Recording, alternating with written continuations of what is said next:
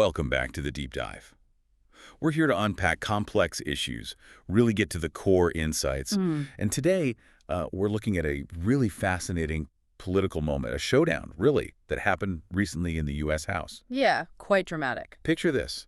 Hakeem Jeffries, top Democrat, standing there for hours, delivering this, well, unprecedented speech. All to try and delay this huge piece of legislation. We're talking about former President Trump's massive $3.3 trillion plan. And what jumps out immediately, right, is how differently people see this bill. It really captures the whole divide. Absolutely. You've got supporters, Trump leading the charge, calling it the big, beautiful bill. Very enthusiastic. Beautiful, right. And then the Democrats, its detractors, are calling it one big, ugly bill.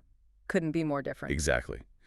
That framing tells you so much about the stakes involved here. It's incredibly high. It really is. And that's why we're doing this deep dive today. Our mission is, well, to cut through all that noise, that complexity. And get to what really matters. We want to pull out the most important nuggets from the sources you shared with us. Think of it like your shortcut to really understanding this whole event. Yeah. The bill itself, the stakes, the political games behind the scenes. And the consequences, which are huge. Massive, yeah. For millions of people, not just in the U.S., but potentially globally, too. It's definitely more than just another bill. It's showing these fundamental disagreements about where the country heading, all playing out very publicly. So let's get right into that drama then, this marathon address, as some called it, by Hakeem Jeffries. Right. So Thursday morning, he gets up, the Democratic leader in the House, and does something, well, pretty much unheard of. He just starts talking.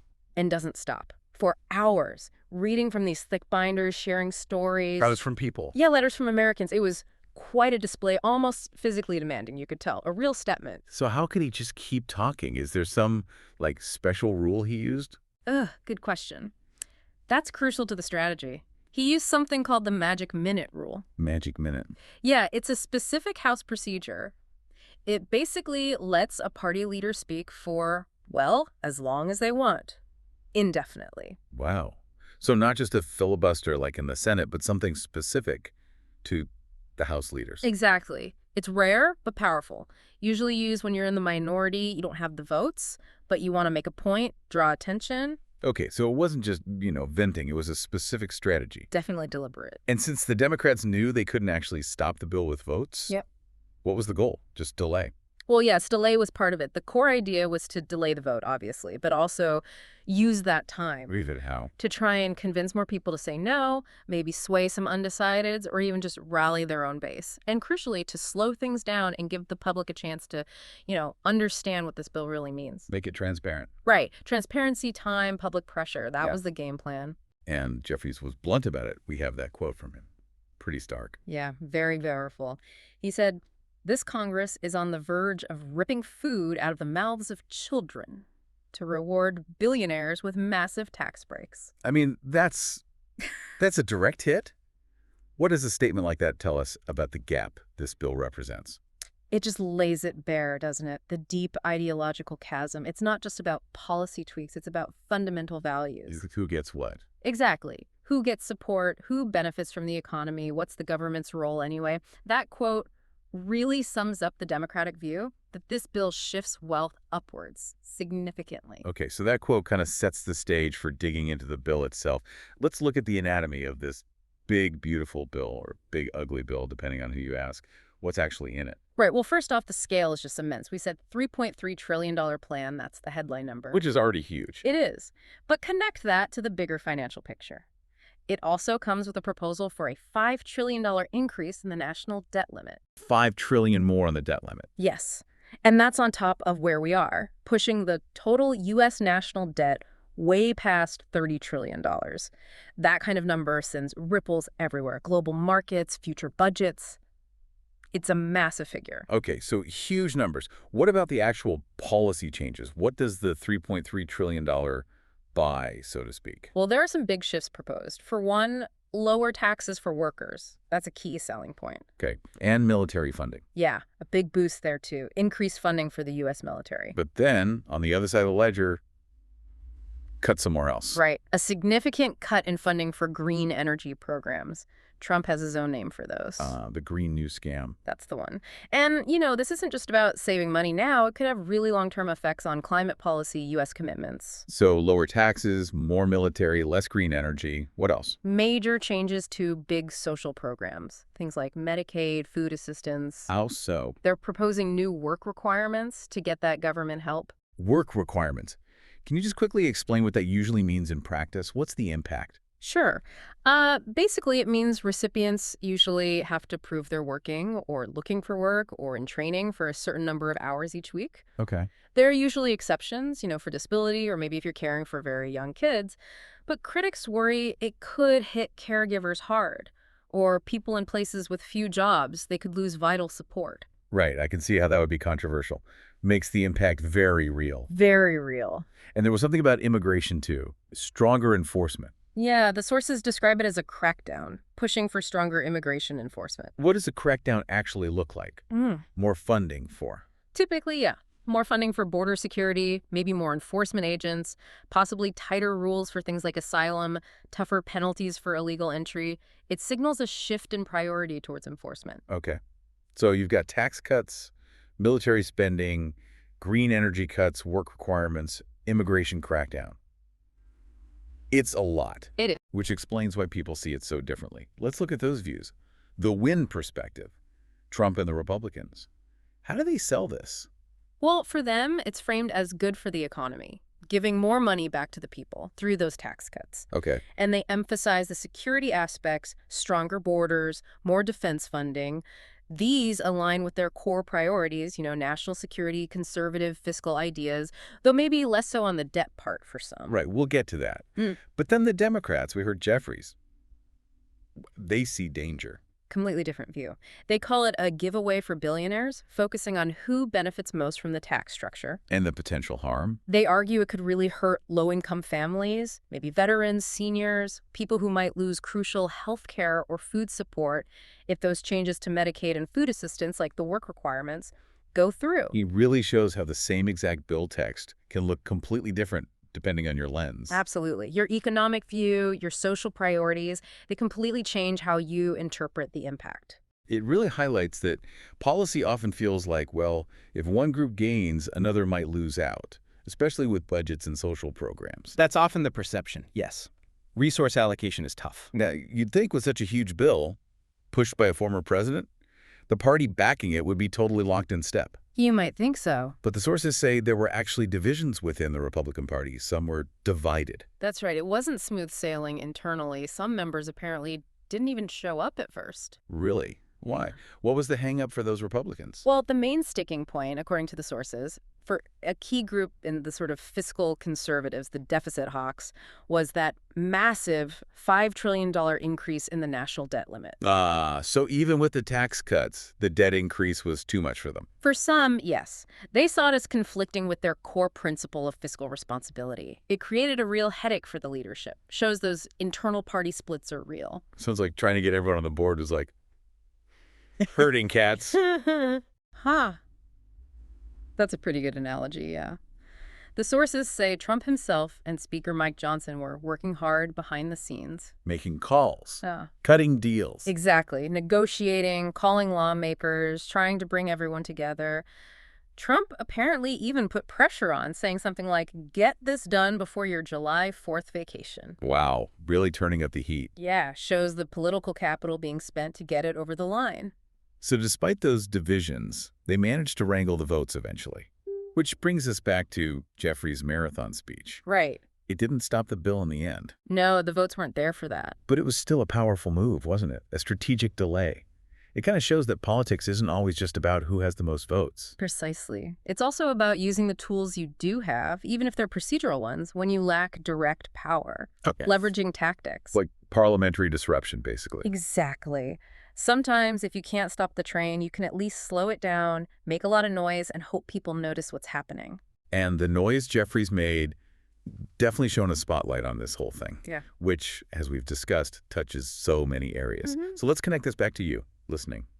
Why does this legislative fight, this deep dive, actually matter in your day-to-day life? Well, first, just looking at the U.S. political scene, it really highlights how divided things are. Not just between the parties. No, even within parties, like we saw with the Republicans and the debt issue, it makes getting anything done feel like walking a tightrope for the leaders. Yeah. Shows how fragile governing can be, even with a majority. And, okay, beyond the political maneuvering, the bill itself directly impacts, well, almost everyone, right? It affects almost every American, yeah.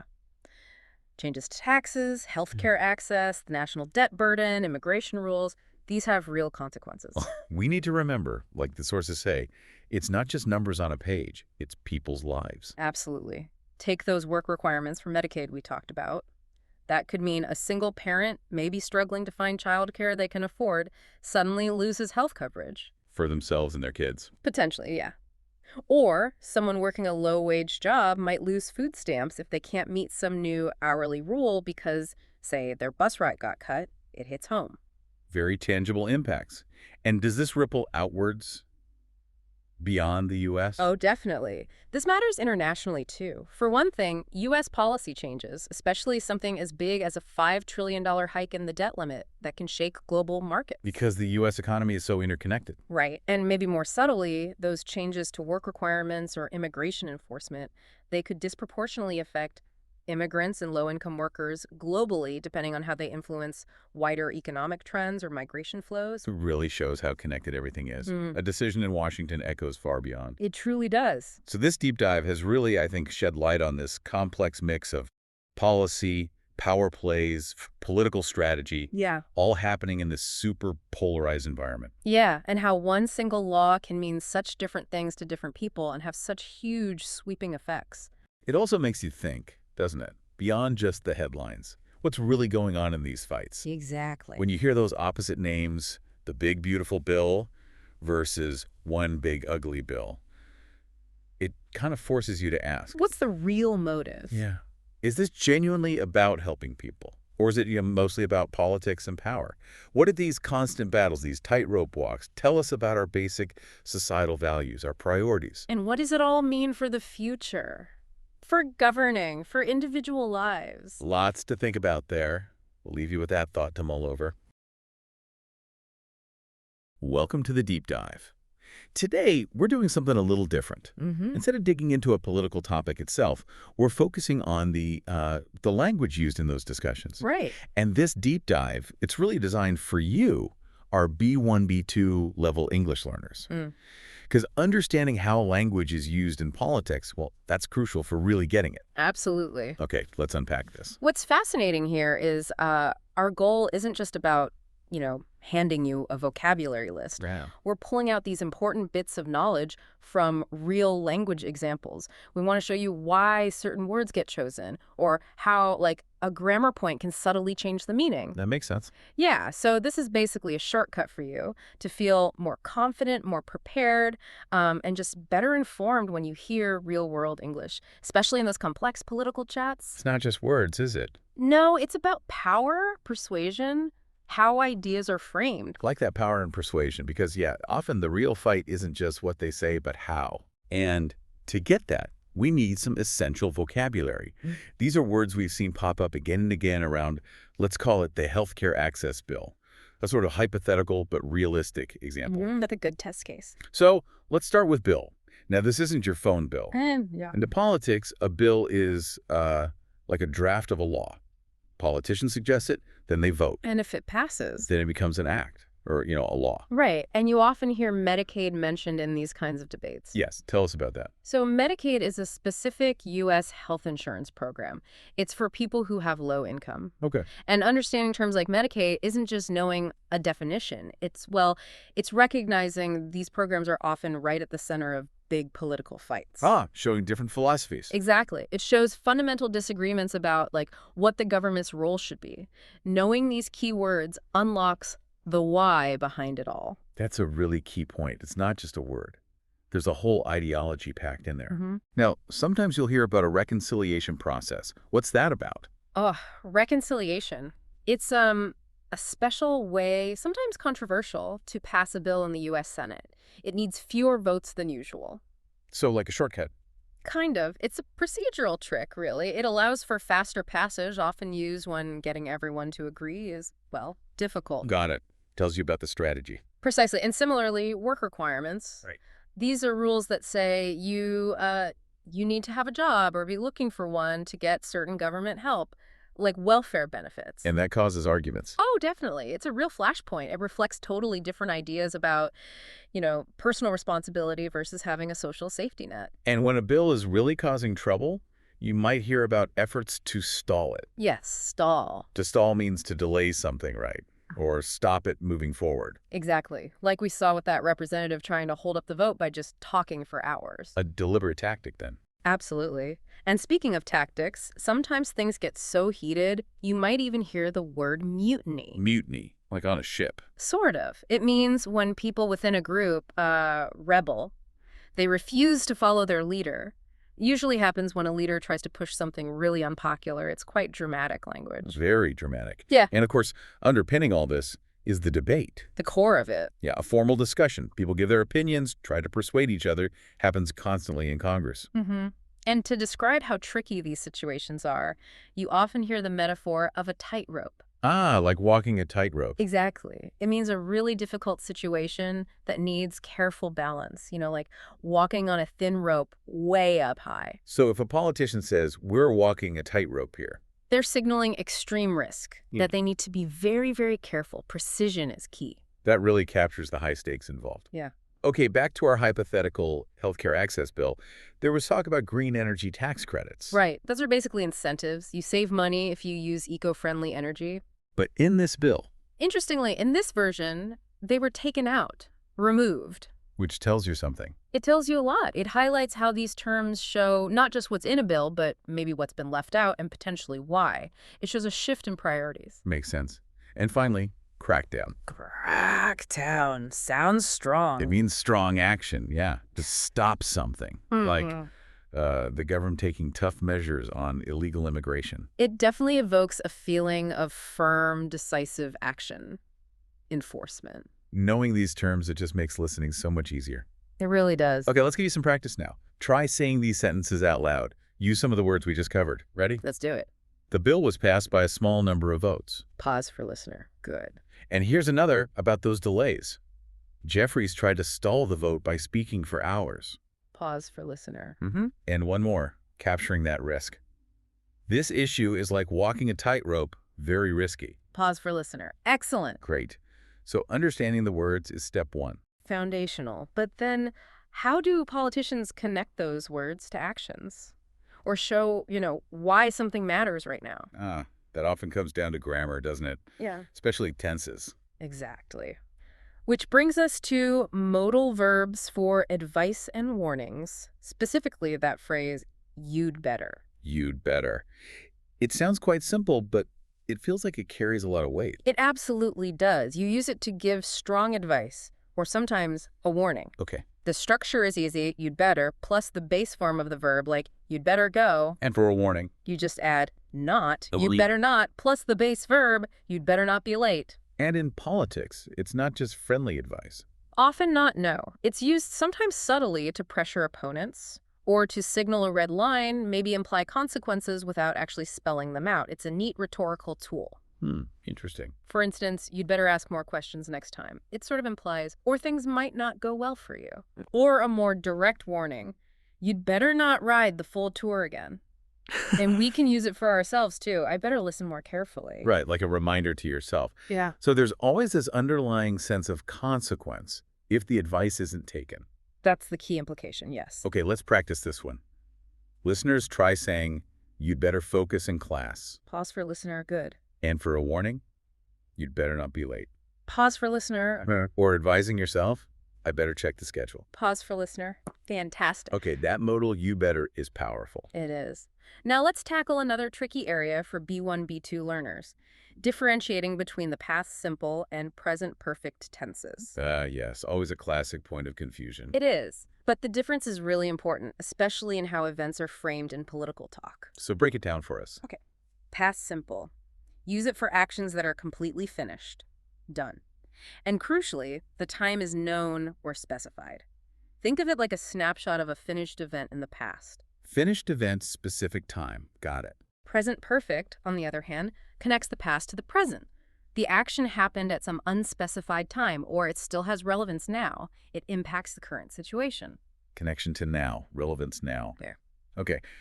Can you give us examples from our healthcare access bill scenario? Sure, think about this.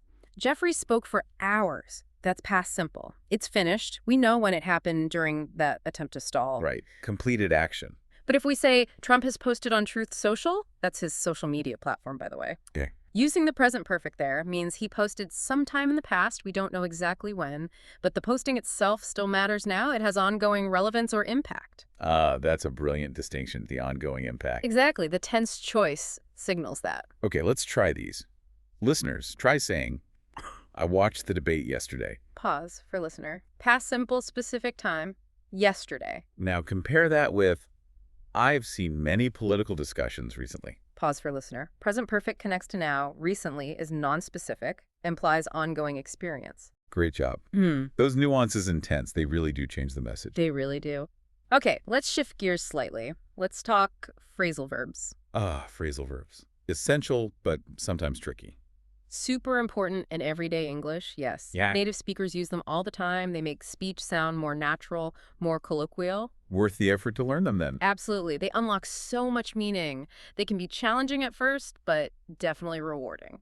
Okay, let's look at some from our examples like speak up. Right. Speak up can mean literally talk louder. Reward. More often, especially in politics, it means to give your opinion, to voice your view, particularly if it's different from others. Like Jeffries deciding to speak up for his side. Exactly. Even if it meant stalling things. Then there's step in. Step in.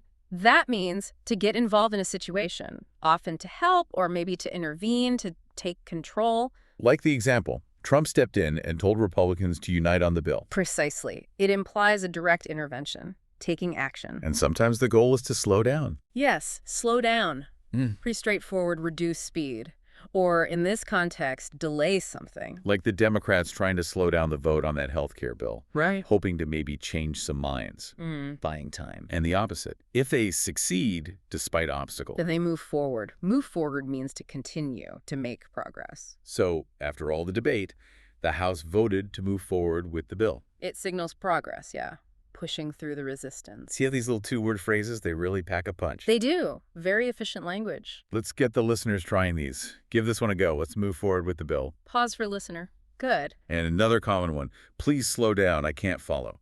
Pause for listener. Excellent. That's great practice. It is. And to really get these ingrained, to make them feel natural when you speak, we strongly recommend a technique called shadowing. Shadowing. Tell us more. Shadowing is simple but powerful. You listen to a phrase or sentence, you pause the audio, and then you repeat it immediately. But the key is, you try to copy everything.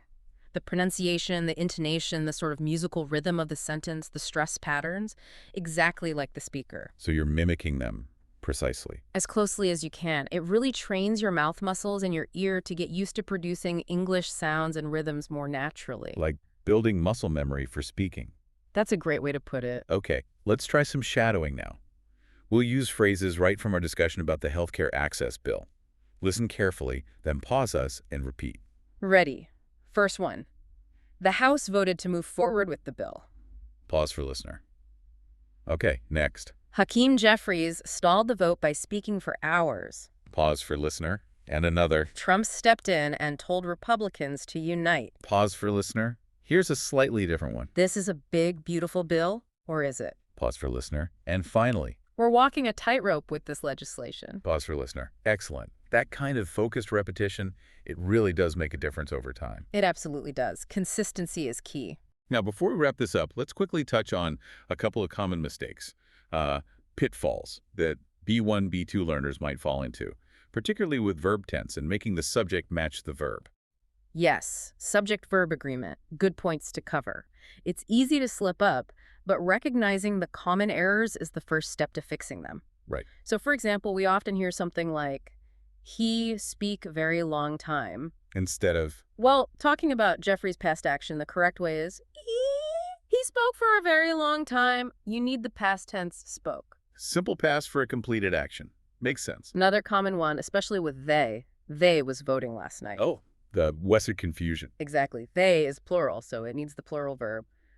They were voting last night, subject-verb agreement. Got it. They were. And one more, related to reporting what someone said. Trump tell them unite. What's wrong there? You need the past tense of tell, which is told, and then you need the infinitive to unite. So, correctly, Trump told them to unite. Right. Told them to do something. Precisely. So the main advice here is always double-check your verb tense and your subject-verb agreement. Yes. They might seem like small details, but they make a huge difference in how clear your English sounds, especially when you're talking about complex stuff like politics. Well, this has been a really insightful deep dive today, looking at the language itself.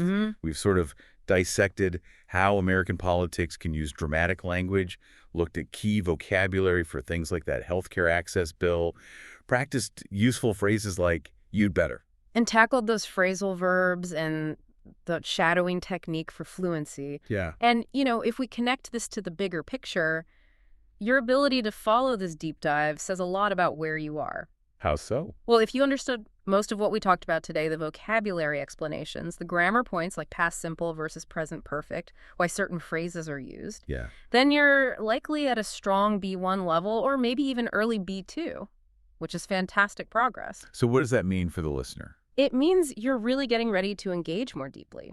You're better equipped now to listen to real political news, maybe simplified news at first, but you can handle it. You can understand longer deep dives like this one, and you can start noticing and maybe even practicing more advanced structures and those phrasal verbs in real conversations. That's really encouraging. It is. The key is just to keep practicing. Maybe listen to this deep dive again, really do the shadowing exercises. You could even try writing your own short summary of that hypothetical healthcare access bill debate, focusing on using the language we discussed. Great suggestions. So that's it for this special language-focused deep dive. Keep up the great work. And remember this, as you continue learning, especially when you dive into complex topics like politics, you don't need perfect English. You just need confidence, practice, and curiosity. Keep exploring.